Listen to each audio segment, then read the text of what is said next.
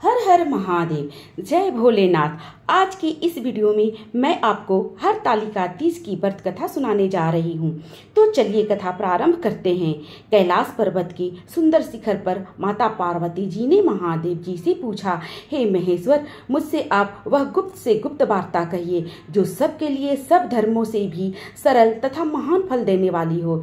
हे नाथ, यदि आप भली भांति प्रसन्न हैं तो आप उसे मेरे सम्मुख प्रकट कीजिए। हे जगन्नाथ, आप यदि मध्य आदि और अंत रहित हैं, आपकी माया का कोई पार नहीं है। आपको मैंने किस भांति प्राप्त किया है, कौन सा व्रत तप योग दान के पुण्य फल से आप मुझको वर के रूप में मिले। श्री महादेव जी बोले, हे देवी, यह कथा सुनो। मैं तेरे सम्मुख उस व्रत को कहता हूँ जो परम गुप्त है। जैसे तारागणों में चंद्रमा और ग्रहों में सूर्य, वर्णों में ब्राह्मण, देवताओं में गंगा, पुराणों में महाभारत, वेदों में साम और इंद्रियों में मनु श्रेष्ठ हैं, वैसे ही पुराण और वेद सब में इसका वर्णन आया है, जिसके प्रभाव से तुमको मेरा आधा आसन प्राप्त हुआ है। हे प्रिय, मैं उसी कथा का वर्णन करता हूँ, सुनो। भाद्रपद अर्थात भादो मास के शुक्ल पक्ष की हस्त नक्षत्र संयुक्त तृतीया यानी तीज के दिन इस व्रत का अनुष्ठान करने मात्र से सब पापों का नाश हो जाता है। तुमने पहले हिमालय पर्वत पर इस महान व्रत को किया था जो मैं तुम्हें सुनाता हूँ। पार्वती जी बोली, हे प्रभु, इस व्रत को मैंने किस लिए किया था यह मुझे सुनने की इच्छा है, तो कृपया करके कहिए। शंकर जी बोले, आर्यावर्त में हिमालय नामक एक महान पर्वत है, जहाँ अनेक प्रकार की भूमि अनेक प्रकार के वृक्षों से सुशोभित है, जो सदैव बर्फ से ढके हुए हैं तथा गंगा की कल कल ध्वनि से शब्दमान रहता है। हे पार्वती जी, तुमने बाल्यकाल में उसी स्थान पर परम तप किया था। 12 वर्ष तक तुमने जल में रहकर तथा बैसाख मास में अग्नि में प्रवेश करके तप किया। श्रावण के महीने में बाहर खुले में निवास कर अन्न त्याग कर तप करती रही। तुम्हारे उस कष्ट को देखकर तुम्हारे पिता को बड़ी चिंता हुई। वो सोचने लगे कि मैं उस कन्या की शादी किससे करूं। इस अवसर पर देव योग से वहां पर ब्रह्मा जी के पुत्र नारद जी भी आए। देवर्षि नारद ने तुम शैलपुत्री को देखा। तुम्हारे पिता हिमालय ने देवर्षि को अर्धपाद आसन देकर सम्मानित सहित बिठाया और कहा, हे मुनीश्वर, आपने यहाँ तक आने का कष्ट कैसे किया, कहिए क्या आज्ञा है। नारद जी बोले, हे गिरिराज, मैं विष्णु भगवान का भेजा हुआ दूत यहाँ आया हूँ। तुम मेरी बात सुनो। आप अपनी कन्या को उत्तम वर को दान करें। ब्रह्मा, इंद्र, शिव आदि देवताओं में विष्णु भगवान के समान कोई भी उत्तम नहीं है, इसलिए मेरे मत से आप अपनी कन्या का दान भगवान विष्णु को ही दे। हिमालय बोले, भगवान वासुदेव स्वयं ही कन्या को ग्रहण करना चाहते हैं और इस कार्य के लिए आपका आगमन हुआ है, तो यह मेरे लिए तो गौरव की बात है। मैं अवश्य उन्हें ही दूंगा। हिमालय का यह आश्वासन सुनते ही देवर्षि नारद जी आकाश में अंतर्ध्यान हो गए और शंख चक्र गदा पद्म एवं पीताम्बरधारी भगवान विष्णु के पास पहुँचे। नारद जी ने हाथ जोड़कर भगवान विष्णु से कहा, प्रभु, आपका विवाह कार्य निश्चित हो गया है। इधर हिमालय ने पार्वती जी से प्रसन्नता पूर्वक कहा, हे पुत्री, मैंने तुम्हें गरुड़ ध्वज भगवान विष्णु को अर्पण कर दिया है। लेकिन पिता के इन वाक्यों को सुनते ही पार्वती जी अपनी सहेली के घर गई और पृथ्वी पर गिरकर अत्यंत दुखी होकर विलाप करने लगी। उनको विलाप करते हुए देख सखी बोली, हे देवी, तुम किस कारण से दुख पाती हो, मुझे बताओ, मैं अवश्य तुम्हारी इच्छा पूर्ण करूंगी। पार्वती जी बोली, हे सखी, सुन, मेरे मन की जो अभिलाषा है वह सुनाती हूँ। मैं श्री महादेव जी को वरण करना चाहती हूँ। मेरे इस कार्य को पिताजी ने बिगाड़ना चाहा है, इसलिए मैं निस्संदेह इस शरीर का त्याग करूँगी। पार्वती जी के इन वचनों को सुनकर सखी ने कहा, हे देवी, जिस वन को तुम्हारे पिता ने ना देखा हो तुम वहाँ चली जाओ। तब हे पार्वती, तुम अपनी सखी का यह वचन सुनते ही वन को चली गई। पिता हिमालय तुमको घर में ना पाकर सोचा कि मेरी पुत्री को कोई देव, दानव अथवा किन्नर हरण करके ले गया है। मैंने नारद जी को वचन दिया था कि मैं अपनी पुत्री का गरुड़ ध्वज भगवान के साथ वरण करूंगा। हाय, अब यह कैसे पूरा होगा। ऐसा सोचकर वे बहुत चिंतातुर हो मूर्छित हो गिर गए। तब सब लोग हाहाकार करते हुए दौड़े और मूर्छा दूर होने पर गिरिराज से बोले, हमें आप अपनी मूर्छा का कारण बताओ।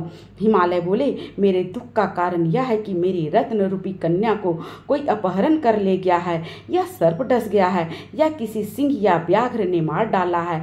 वह ना जाने कहाँ चली गई, या उसे राक्षस ने मार डाला है। इस प्रकार कहकर गिरिराज दुखित होकर ऐसे कांपने लगे जैसे तीव्र वायु से चलने से कोई वृक्ष कांपता है। तत्पश्चात हे पार्वती, तुम्हें गिरिराज साथियों सहित घने जंगल में ढूंढने के लिए निकले। सिंह, व्याघ्र, रीछ आदि हिंसक जंतु के कारण वह महाभयानक प्रतीत होता था। तुम भी सखी के साथ भयानक जंगल में घूमती हुई वन में एक नदी के तट पर गुफा में पहुंची। उस गुफा में तुम अपने सखी के साथ प्रवेश कर गई, जहां तुम अन्न जल का त्याग करके बालू का शिवलिंग बनाकर मेरी आराधना करती रही। उस समय भाद्रपद मास की हस्त नक्षत्र युक्त तृतीया के दिन तुमने मेरा विधि विधान से पूजन किया तथा रात्रि में गीत गायन करते हुए जागरण किया। तुम्हारे उस महाव्रत के प्रभाव से मेरा सिंहासन डोलने लगा। मैं उसी स्थान पर आ गया जहां तुम और तुम्हारी सखी दोनों थी। वहीं मैंने आकर तुमसे कहा, हे वरनानने, मैं तुमसे प्रसन्न हूँ, तुम मुझसे वरदान मांग लो। तब तुमने कहा, हे देव, यदि आप मुझ पर प्रसन्न हैं तो महादेव जी आप ही मेरे पति हो। और मैं तथा अस्तु कहकर कैलाश पर्वत को चला गया। तुमने प्रभात होते ही मेरी उस बालू की प्रतिमा को नदी में विसर्जित कर दिया। हे सुहे, तुमने वहां अपनी सखी सहित व्रत का पारण भी किया। इतने में ही तुम्हारे पिता हेमबान भी तुम्हें ढूंढते ढूंढते उसी जंगल में आ पहुंचे। उस समय उन्होंने नदी के तट पर 2 कन्याओं सहित तुम्हें देखा तो भी तुम्हारे पास आ गए और तुम्हें हृदय से लगा कर रोने लगे। बोले, बेटी, तुम इस सिंह, व्याघ्र आदि युक्त घने जंगल में क्यों चली आई? तुमने कहा, हे पिताजी, मैंने पहले ही अपना शरीर शंकर जी को समर्पित कर दिया था, किंतु आपने इसके विपरीत कार्य किया, इसलिए मैं वन में चली आई। ऐसा सुनकर हिमबान ने कहा कि मैं तुम्हारी इच्छा के विरुद्ध यह कार्य नहीं करूंगा, और वे तुम्हें लेकर घर को आ गए और तुम्हारा विवाह मेरे साथ कर दिया। हे प्रिय, उसी व्रत के प्रभाव से तुमको मेरा अर्ध आसन प्राप्त हुआ है। इस व्रतराज को मैंने अभी तक किसी के सम्मुख वर्णन नहीं किया है। हे देवी, अब मैं तुम्हें यह बताता हूँ कि इस व्रत का नाम क्यों हरतालिका तीज पड़ा। तुमको तुम्हारी सखी हरण करके ले गई थी, इसलिए इस व्रत का नाम हरतालिका व्रत पड़ेगा। पार्वती जी बोली, हे स्वामी, आपने इस व्रतराज का नाम तो बता दिया, किंतु इसकी विधि एवं फल भी बताइए। इसके करने से किस फल की प्राप्ति होती है? तब भगवान शंकर जी बोले, हे देवी, इस स्त्री जाति के उत्तम व्रत विधि की विधि सुनो।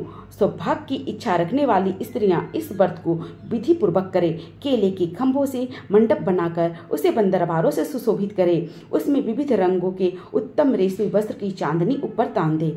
चंदन आदि सुगंधित द्रव्यों को लेपन करके स्त्रियां एकत्र हो शंख, भेरी, मृदंग आदि बजावे। विधि पूर्वक मंगलाचार करके श्री गौरी शंकर की बालों निर्मित प्रतिमा स्थापित करें।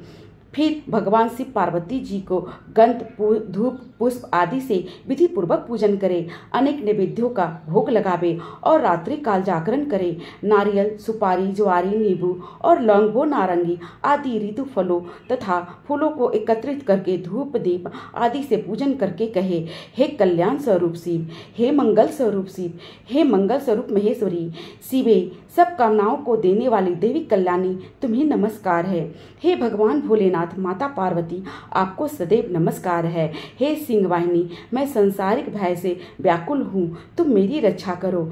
हे महेश्वरी, मैंने इसी अभिलाषा से तुम्हारा पूजन किया है।